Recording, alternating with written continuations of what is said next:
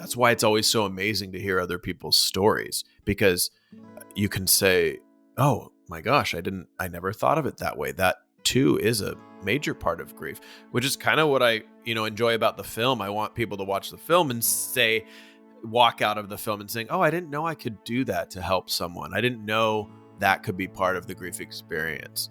It's interesting to hear what different people hold on to and what's important to them versus what's not.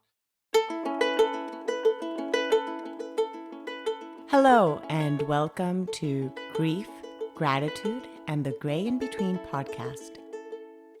This podcast is about exploring the grief that occurs at different times in our lives, in which we have had major changes and transitions that literally shake us to the core and make us experience grief.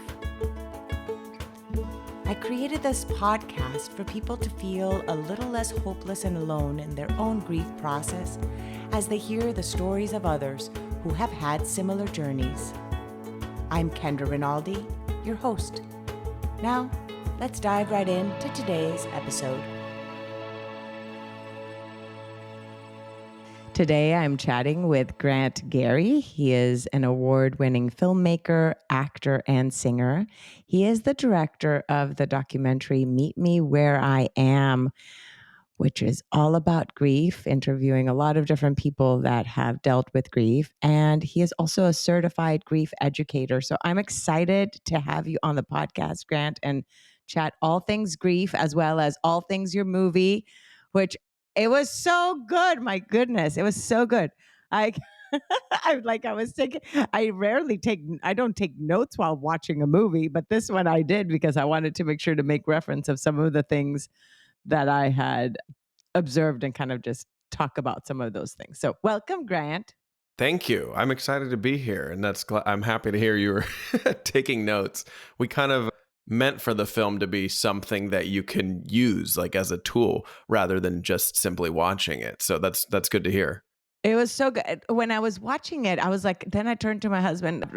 He didn't see it with me. He wasn't home, but I was telling him, I'm like, wow, it was as if you've grabbed a whole bunch of pieces of interviews, like even in my podcast, right? And then like I just put it all by sections because it was like chapters of a book within the film of these stories. And you would just kind of narrate, okay, now they're going to talk about this part of grief, and you would do it that way. And each one was titled. I didn't write which title each one of the sections had, but it was just so well done and organized. And just like you said, it was something like someone could pick up and watch and relate. And I did cry as well, which I was very surprised that I did, because again, I have these conversations for the past 5 years, and yet I still cried. I cry every time I watch it. So seriously, and I've seen it 1,000 times, and it's always at different parts too. Yeah. There's certain parts that I think I'm going to cry, and then the next time I'm watching it, something else hits me a different way.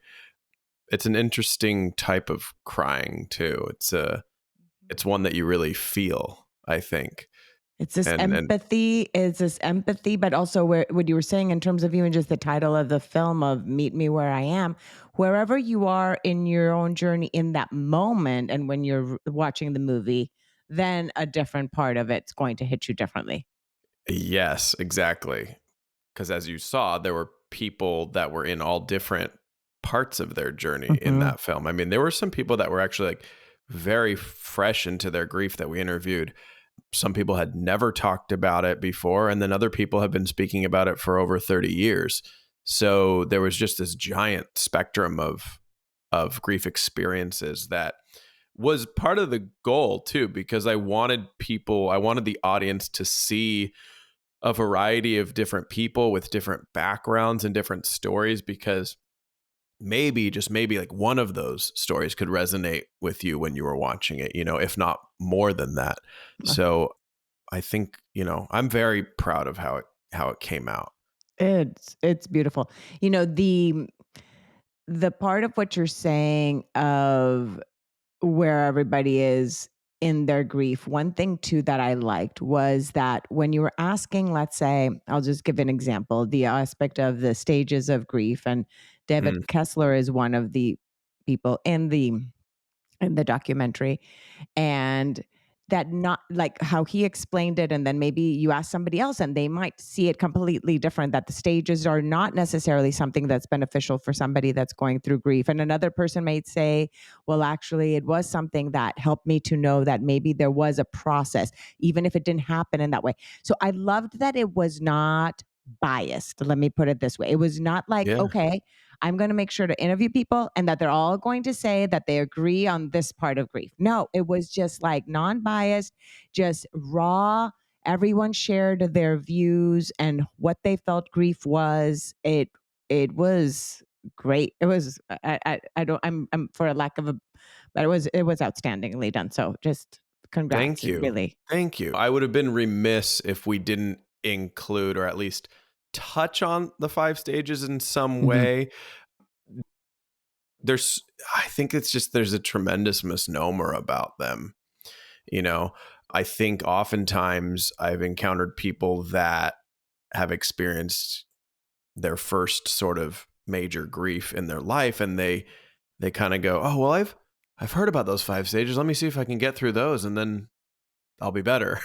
you know, Mhm. and then they quickly find out that It's not that way. it's not, yeah. And even David and Elizabeth Kubler-Ross, they even said like early on, like, it's not a prescription. It's not Mhm. something that you just take and then you're healed. It's something that is descriptive of what you might go through, and in no particular order. Doesn't Sometimes they can all happen at once. I mean, Dr. Ron Marasco always tells this joke. He said, I asked a guy, have you been through the five stages? He said, yes, this morning. So, you know, and that can be true for some people in grief too. Others can be very delayed. And I'm always careful to talk about them because I don't want to, I don't want to make it sound like when you're grieving, you're within this box of the five stages. That's not Mhm. how it is at all. No, yeah, and what of my understanding even of why she wrote it, why Liz and collaborate it's collaboration with David Kessler, right? Or it was did he re-edit it? No, She he they co adapted, he yeah, he adapted. Okay, adapted them later on and actually later. added a sixth stage, which was 16. meaning. Yes, and which it's spoken in the movie as well. The part like of what I understand is that it was more in the perspective of someone that is facing death Correct. rather than the grievers. And that's actually touched upon in the movie too. It's not like the person that's grieving the death of someone or Mhm. the grief that comes from something else is different than the person facing grief, that facing death themselves and Right. what they may observe. So, and again, we there's just as it's very clear in the movie and it's clear of all the conversations I've had, and you have a podcast yourself too, which you recently Yeah. launched based on this. Yes, Yay. the Where I Am podcast, which is, Yeah. yeah, we did it to complement the film, so we can kind of get a little more behind the scenes look at how we made it, and some of the people I interviewed are in it. And and I'm thinking, that's going to kind of morph and adapt into something different as we go on. But to begin, it was, to complement, for the film to have a little companion for people that wanted to listen a little more, learn a little bit more about some of the people that were in the film. Yeah, a little deeper into each of the stories rather than the fragments that we get in the movie of each of them. Now, I'm curious, what was the process of deciding who you were going to interview? And was that just organic? Was it people that you knew? Mhm. There are several actors in the film. There are other people that are grief experts. There are parents that again are recent grievers. How did you decide who was going to be in the film? Well, we first started with, let's see, going back to the beginning of 2021, the NK Foundation, founded by Lisa Calls, who is featured in the film. They approached me. She was in the midst of deep grief, and they knew I was a filmmaker, so I think they wanted to somehow capture what grievers go through, because they felt like people don't really know. And then after, a number of meetings, we kind of conclude, I said, I think we can make a documentary that could potentially help other people know how to better deal with our friends and loved ones, how we can be there for them, and just to kind of show like what grievers go through and how it's not always linear and no grievers are alike. So it started there, and they were tremendously helpful in introducing us to a lot of people in their community. And then I knew people on my end as well. And it just was kind of a snowball effect. I knew there were some people that I definitely wanted in the film that I reached out to. And what I was happy to see was so many people were so willing to share their stories with us, which was so wonderful because every other story can help, each one can help someone in some way. So yeah, it was kind of an organic thing. We'd interview one person and then we'd say, they'd mention someone and then we'd be like, oh, do you have their contact info? Do you think they'd want to speak in it too? And it would kind of just snowball. So it was amazing. We were able to connect people through the film that way. I'm assuming that the part of Adam Rapp with Cynthia, let me see, O'Neill, Anthony. that was kind of that connection, like one of them led to the Yeah. other or vice versa. Okay. Yeah. Because they both. Mm-hmm. Yeah. Yeah. So going back a little bit, Anthony had written a book years ago, which was basically, kind of the story he tells in the film, chronicling his time during the show Rent on Broadway, and simultaneously losing his mother and Jonathan Larson, who had written the show. And Cynthia was there for him during that time. And when I texted him and asked him if he'd be willing to be in the film, he was so, he was honored and wanted to connect me with Cynthia and some other people as well. So that was, I was like, whoa, I was very grateful for that, because I was just, asking you, and then you had even better ideas to expand it further. So that was really nice. Yeah, no, I loved seeing them then, like he's being interviewed by himself, she's being interviewed by herself, and then there's times in which they're together. And the fact that, for example, I'll just give an example with her, that she'd experienced grief by the death of several members of her family, close-knit family. Yeah. Yet in that raw moment of the documentary, she'd experienced one that she felt was one of the hardest ones she'd felt, which was is it okay if I say this? Is it like a spoiler? Spoiler alert. There's a lot of people that die. Yes, but no, is it spoiler if I say what the No, we can talk about it. That her dog had recently passed, and then how that had really affected her differently, because it was somebody, that shared so much time with her. So I love that validation, especially for people watching. When you watch this, you're going to be validated in your grief and your own experience, because everybody's story is unique and different, and just how they share it. Just, yeah. Yeah, I fought really hard to have that story in there, because it's a grief that's not often talked about, pet loss, and it's something where you may not have lost a spouse or a child, you may not have a spouse or a child, you may have a dog, and that dog might be your whole world, and so I wanted something else in there too, so people could see, this is a part of grief. It might not be your part of grief, but it's certainly a part of grief that we oftentimes write off as a society.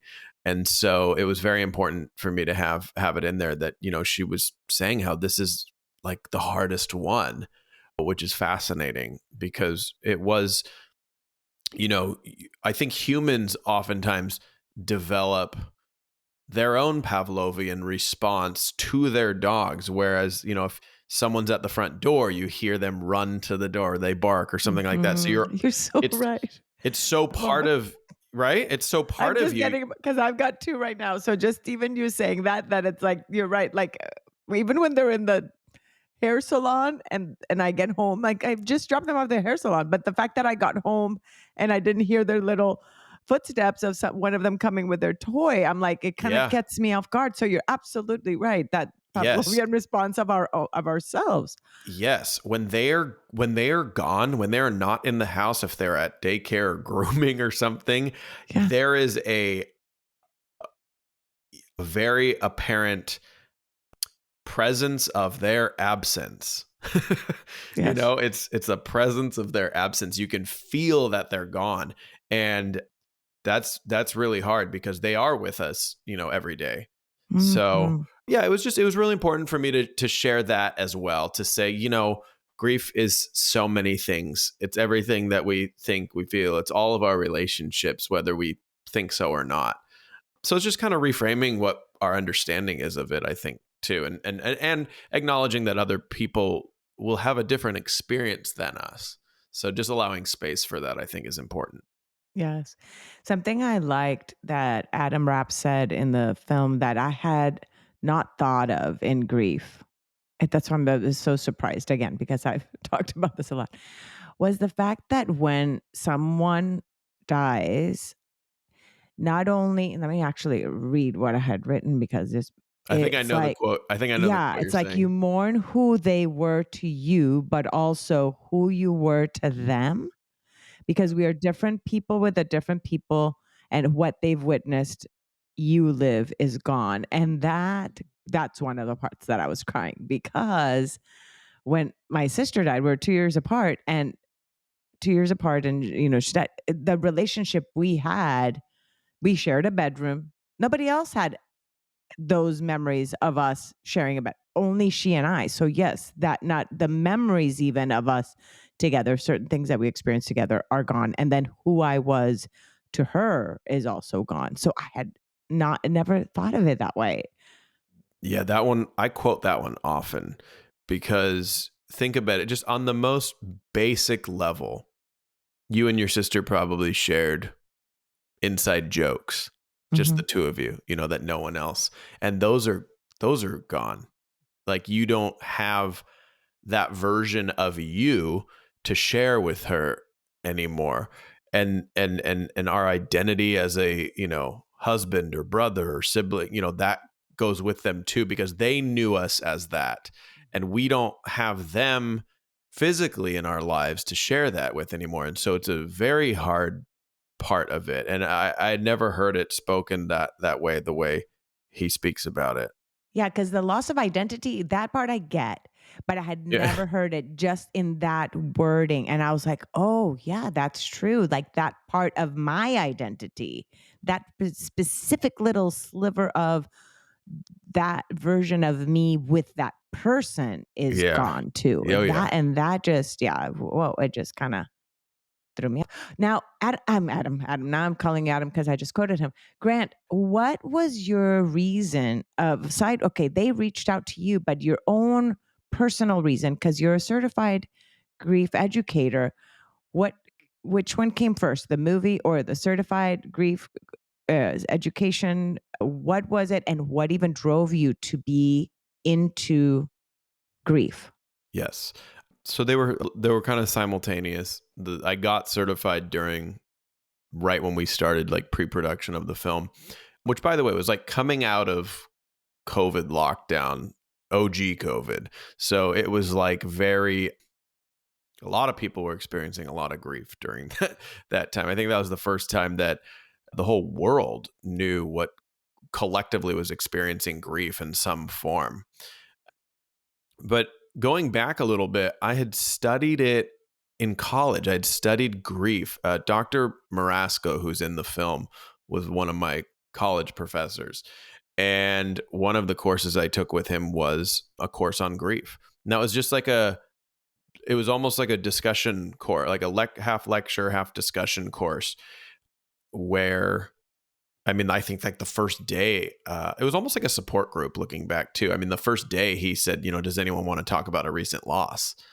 And um, it just opened. It was grief has always been something that is I'm like curious about just the way that humans interact with one another and the way humans experience it. It's always been fascinating to me. Um, and so we read a number of books during that course, one of which was A Grief Observed by C.S. Lewis, which is like arguably one of the rawest, most straightforward grief books. And it's a short book too.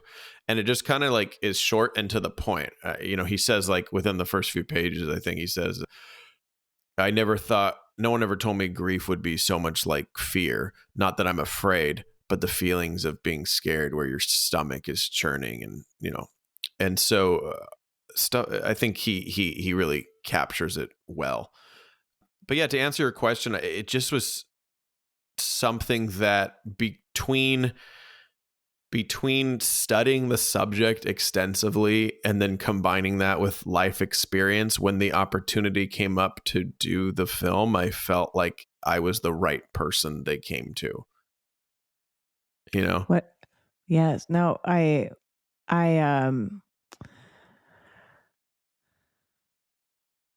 as you're saying this, that part of like learning about it is one thing, and then the other thing is living it, and but then also observing someone go through it. So in this film, as you're interviewing people, you're listening to people's stories and anecdotes. Was there something for you yourself that you lived in grief that then when they would share also you related to? Yeah. Yeah, easily. I mean, I feel like during filming of a lot of these interviews, I was like very much in the middle of grieving the loss of a relationship. And And thank you for mentioning that one because that's another one that sometimes it's not. I did interview somebody regarding that one, loss of relationships and friendships. it's It doesn't friendships or romantic, whichever. It's yeah, I mean, it can be loss, a marriage ending, a friendship. I mean, that kind of stuff can be just as excruciating as the death of a loved one. And sometimes I'm always hesitant to say this, but sometimes even more so because they're still out there in the world somewhere, but they're not part of your world anymore. And you also lose like the friends that you were like couples with, like other couples that you were friends with. So, and you're single. So it's like, you don't feel like you fit in. You're kind of just like, where do I fit in now that I'm not part of this marriage or relationship anymore? And especially, if you're the one that didn't want it or ask for it too.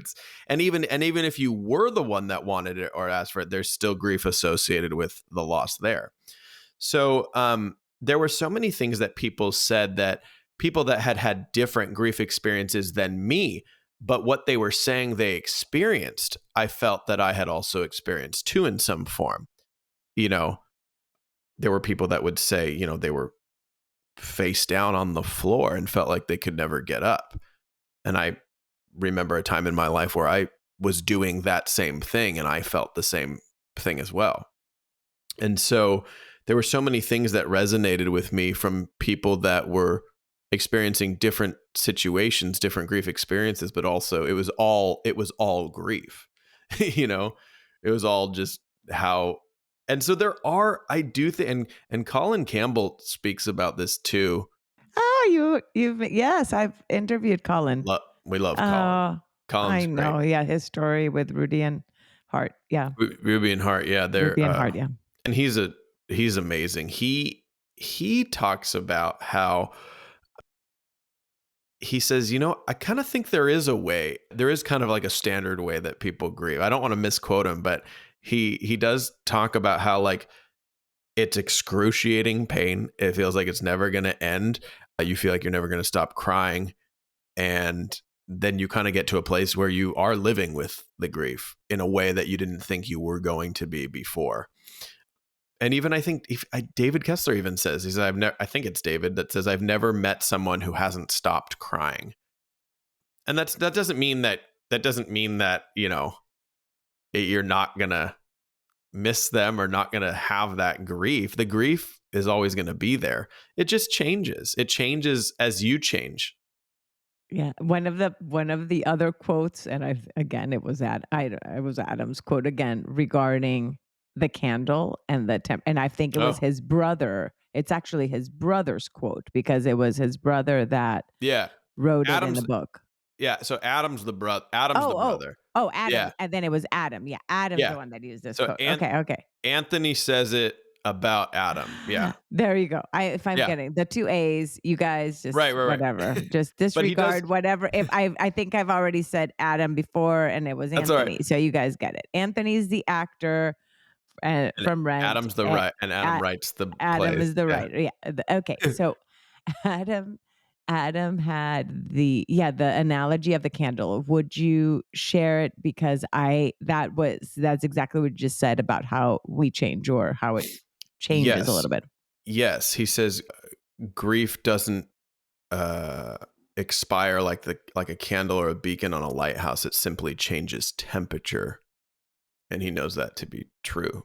He says, and it's I believe that too. I'd never heard that before, and then I read it in the play, and it just changes. Even Sai says that. She says, "I can't promise you anything, but a year from now, you won't feel the same that you're feeling sitting in this Mhm. chair right now." That's 'Cause true. yeah, She's like, that's all she can promise. 'cause yes, we are not the same person a year from now than we are today. So we cannot feel the same if we're not the same person because we keep Mhm. on changing and experiences around us change. So therefore, it just sits with us differently and Yeah. we navigate it differently. I was listening to your episode with Marissa Renee Lee, Mhm. and she was talking about, I had the pleasure of meeting her recently and chatting with her a bit. And her book is great. If people haven't read it, Grief is Love. And she was talking about, and I talk about this too, because I don't consider myself an expert. I just consider myself someone who, you know, wants to tell stories, and if I can make someone feel just a little bit better in their day, that's great. But expert is such an odd thing when it comes to grief, because you can read as many books as you can, but the real expert part, I think, is when you have the experience. I think she said she's written a book, she's had this experience, but she said if something happened to one of their loved ones tomorrow, all that would go out the window. And I think It's that's so true. true. Because So true. no one's going to prepare you for your grief experience. At It's all. kind of No, no, it's go kind ahead. of like running a business, like on a smaller scale. Like you could go to business school and they can tell you all these things about business, but until you open your own store or run your own company, you're really not going to know exactly how it's going to be. You could hear about all these things, but then when you're in Mhm. it, it's a totally different ballgame. Yeah, it's like my husband doing aviation on simulated Yeah, yeah, yeah. pilot thing. He can't just hop on a plane and go Right. fly it tomorrow. Right. Right. Now, David Kessler himself even said it when his son died 5 years ago, that he was like, "Wait a minute." He's like he felt bad. Like, I don't wanna misquote, but it was kinda like, "I don't know if what I even, like, coached or told others was true or not in that Yeah. moment." Like, it was kinda like, I hope that what I said to them was because then he was feeling it differently himself. Yeah. So, and he's to quote unquote what you'd consider an expert out there. But yes, you can't even be an expert on your own grief because, like you said, tomorrow a different You have no idea how you it's have going to no hit you. yeah And yeah that's it why, is. that's why I tell people, I don't, if they think if they think I'm an expert or something just because I made a film. I mean, I can talk to you about it, but I'd rather hear your thoughts on your experience. I'd rather say, tell me about what you're feeling, what you're going through, because that's going to help you more than me quoting, things, quoting a book or quoting some of the things that were in the film. So I always open it up to them and say, tell me about your experience. Well, that's the holding space for someone else. That is Mhm. and that's one of those aspects that was mentioned in the film as well. And that everybody that I've pretty much had on the podcast has said that someone holding space for you in your grief is the most important. So being able to do that for someone else, being able to allow them to share their story, their thoughts, their feelings, and mention the name of the loved one as well Oh, is yes. huge. Yeah. I think out of I talk about this a lot. The number one thing people said, that was helpful were the people that were just there. The people that were simply just there and like created space. They didn't necessarily have to talk or fix anything as long as they were there, you know. And then that's, I think, the first step. So I think that's, incredibly helpful, and saying their name is huge. I think for some reason we've got it in our heads that, oh, I didn't want to say their name, I didn't want to make you sad. And it's like they're living with this. They know, they want to hear their name. It's actually more awkward when you don't say their name, I think, because it's almost like they weren't here, they don't exist, or and they very much exist in our lives. So I've met very few people. I think almost 100% of the people want their name to be the name of their person to be said. Yeah, and there are some. Yeah, there might be some, like in There's some some. cultures. Yeah, there was somebody I interviewed that in her culture, when she was growing up, like the day her sister died, like they already had cleared out the bedroom, and she shared a bedroom with her sister, and it was like got home and the bedroom was Yes. already like all the sister's things were gone, and they stopped mentioning her because in their culture it was just something they didn't do, and it was death by suicide. So it was even this other aspect of stigma that the family was living with that they just didn't. And it was not till she was, came to the US and much, older, that she was able to start expressing. But so there are some that might be that case, but yes, you're right, in 99.9% of the people, Yeah. saying someone's name is part of their own wanting to share a Yeah. story about them. And I think of certain situations too where they might not want to, when the person perhaps created a lot of turmoil and chaos in the family. And there's that component of grief too that we don't really talk about, is what if it was a horrible relationship with the person.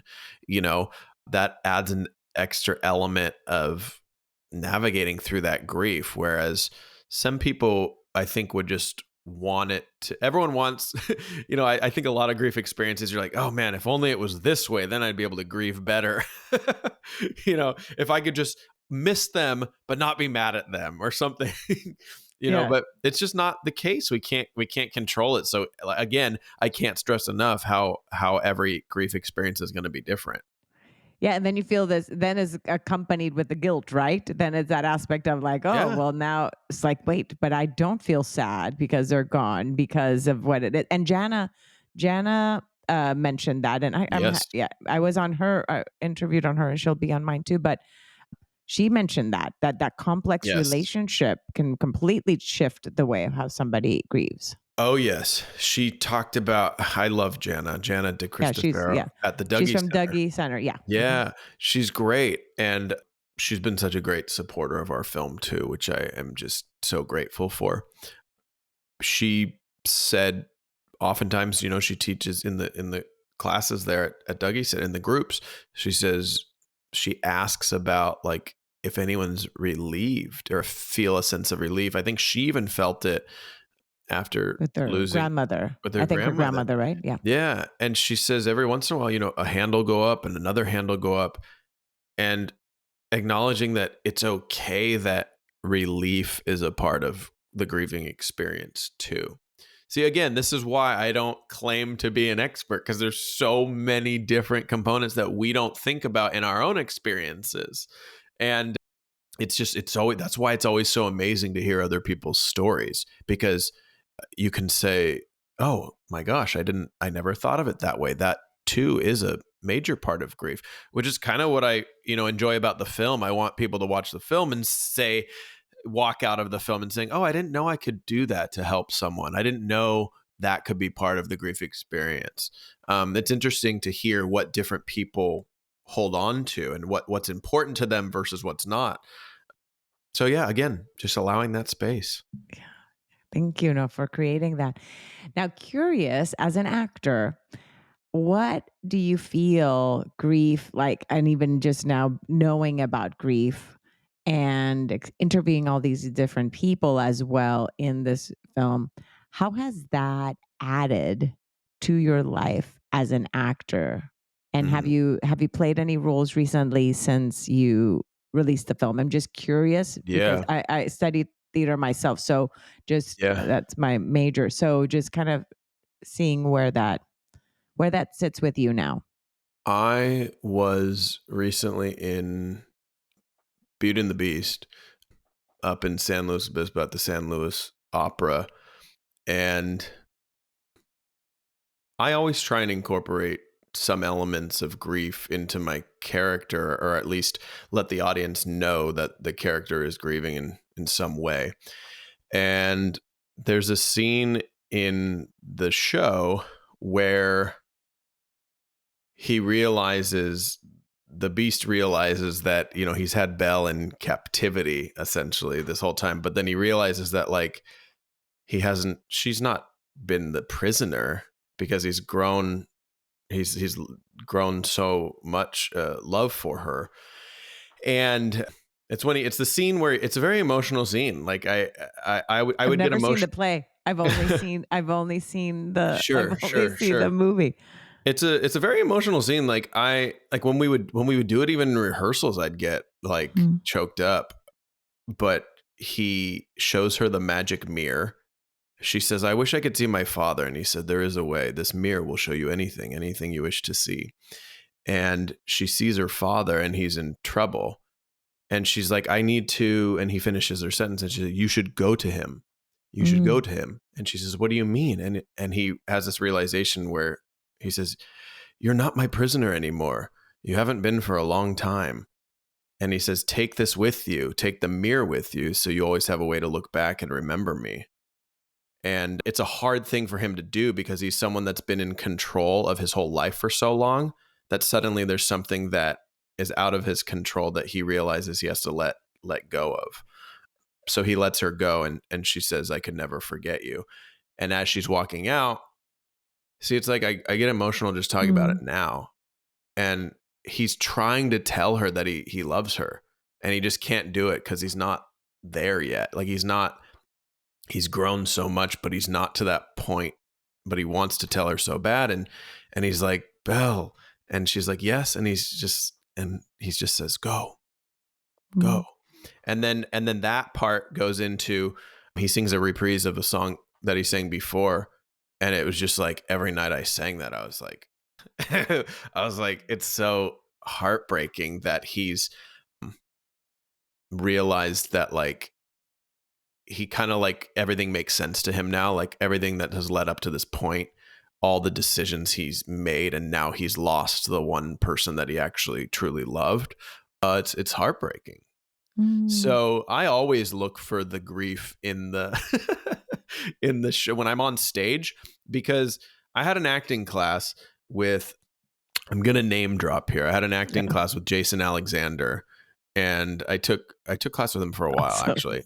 And he said, I don't care what the actor's feeling on stage. I care what I'm feeling it in the audience. And so every time I get up on stage now, I try and make you guys feel something, you know? I try and make the audience feel something. And so I take that with me each show that I do. Now on the flip side of that, I was recently in Legally Blonde the musical, and there was, you can find elements of grief in that show too, even though it's a big fun comedy. My character not so much, because I was the bad guy. I played Professor Callahan. But yeah, there are ways I think to let it go into your acting and performing too, and I think that's a beautiful thing. I think oftentimes actors that have experienced a major grief are oftentimes more in tune with that part of Mhm. themselves when they go on stage. Yeah, well, even just like when Anthony, now I'm saying, was saying even just that aspect of him living grief, and that when Rent went on, the fact that I'm escaping the author's name. I'm so sorry because that's the movie that Andrew Garfield did on him. Tick, Oh Tick, my god. Boom. Yes, Yeah, yes. with But what's Jonathan the Larson. Jonathan? So when Jonathan, the author of it, had died as well, and then Oh, they're yeah. here performing, and it took a whole other different meaning for them to perform that play in honor of the screen, the playwright, as well as the feelings that they themselves were going through. And what you said regarding the audience, what the audience feels, it's so interesting that you said that, and that Jason Alexander said that to you in the class, because it's when I was writing my application to go to I applied to UCLA and CSUN. I didn't get into UCLA, but I got CSUN theater. Um, that went regarding why it is I wanted to be an actor. It was in order to make people feel and reflect. And it was based on an experience I had had as like a little kid, seeing my dad on the stage in rehearsal for Men of La Mm. Mancha in rehearsal. It Oh, wasn't even like, it was rehearsal, and they're like yeah. throwing him down the stairs. And I was 6 years old, and I was just bawling, where like my sister and I were just like crying. We're like, what, our dad's being hurt, and the emotions that we felt were raw and real because of what we were seeing on stage was Mhm. so raw and real to us. So that is just the power of acting, is the power Yeah. of music, is the power of a film. It's a power that you have in your hands to be able to give an audience that experience, whether it is something that's going to make them laugh, whether it's something that's going to make them cry, whatever it is, it's an emotion that we're living Mhm. as an audience member, that is just so important because it's part of who we are as human beings, right? Yeah, absolutely. It's funny you said that about rehearsal too. It's like sometimes like I'll be in a rehearsal and that's even more emotional than when I'm actually on. I'm like, how I'm like, how is this happening right now? We're just rehearsing. We're in like our workout clothes. We're not even in costume or anything. It's just, but Right, but it what are makes you you feeling? feel. Right, because The words move you, the music moves you, like that can happen. And that's yeah, okay. no, it is okay. So back to the movie as we wrap up. Let's tell people how they're able to watch it. I know I was able to watch it for free because I have Amazon Prime, but Yes. yeah, share how people can watch it. Yeah, so as of just this last week, it's free on Amazon Prime now, which is amazing. It's also free on Tubi, which is really cool. Which quick plug for Tubi, but they're not paying me to say this, but Tubi is one of the best underdog like streaming sites there Okay. is. It's free. You don't need a subscription. It has great content on there. My film Meet Me Where I Am is on there. And is it on TV, or do you have to see it on a laptop Yeah, or a computer? it's an app. You can download the app on your TV. However, you get I mean, you can get the app on your phone. It's just like all the other streaming apps. Okay. Download it on the TV or on your phone or on the computer. But yeah, it's so easy. I think you don't have to create like a pro. I think you just sign in with like an email, and then all of a sudden there's all these great films on there. Oh, that's So awesome. that's my plug for Tubi. Okay. You can also Let's get tell it them. on. Let's tell them you said their name in this podcast, and Exactly. that's okay. So you can, yeah, so Amazon Prime for free, Tubi for free, Sling TV for free. App You can get it on Apple TV. I think like five. I think there's one that it was $5.99. I think before when Yeah. we was gonna have to pay for it. I think it was like still really Yeah, you can affordable. I rent. think Yeah, you can rent it rent it. on. For I think like $5.99 or Yeah, something. something like You can also buy the DVD on Amazon if people still like hard copies. And I think it's available on like Spectrum on demand. The link in the bio on our Instagram has all the watch options on there. So I think even on YouTube, I think you can rent it. And it said, okay, if I put it in the show notes, the link that you'd sent me, I'll adding the link there Yeah, too. Yes. Okay. that would be great. Perfect. Yeah. And that way people can just go straight to see it. Now, I always like to ask my guests if there's something I have not asked you that you want to make sure that you share with the listeners.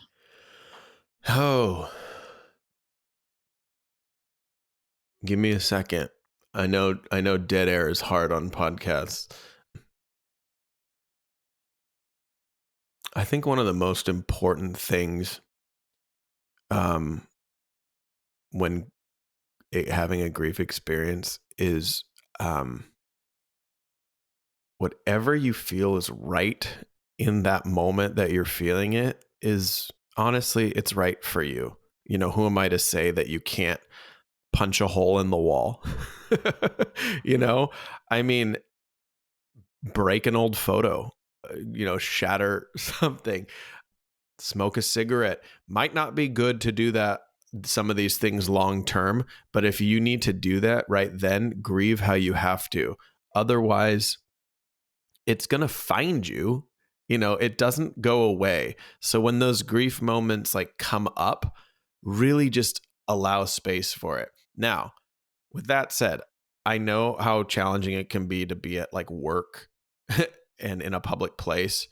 And if you need to just get up and walk away, go to the bathroom and like let it out somehow, do it. Just find those ways to allow the space for it, because it's going to happen. It's going to come up. And if we try and push it away, that's only going to make it worse. And it can manifest in more negative ways down the line. So as hard as it is, it really is helpful to allow it to come out, because it's going to be there.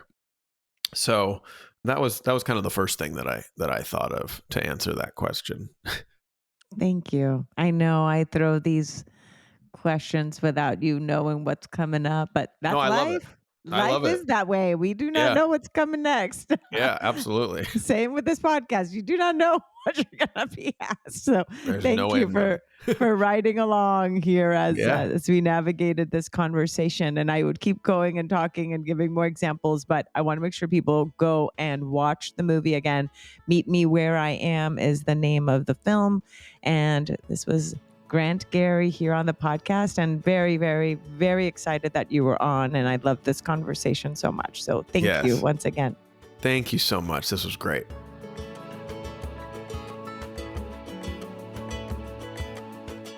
Thank you again so much for choosing to listen today. I hope that you can take away a few nuggets from today's episode that can bring you comfort in your times of grief. If so, it would mean so much to me if you would rate and comment on this episode. And if you feel inspired in some way to share it with someone who may need to hear this, please do so. Also, if you or someone you know has a story of grief and gratitude that should be shared so that others can be inspired as well, please reach out to me. And thanks once again for tuning in to Grief, Gratitude, and the Gray in Between podcast. Have a beautiful day.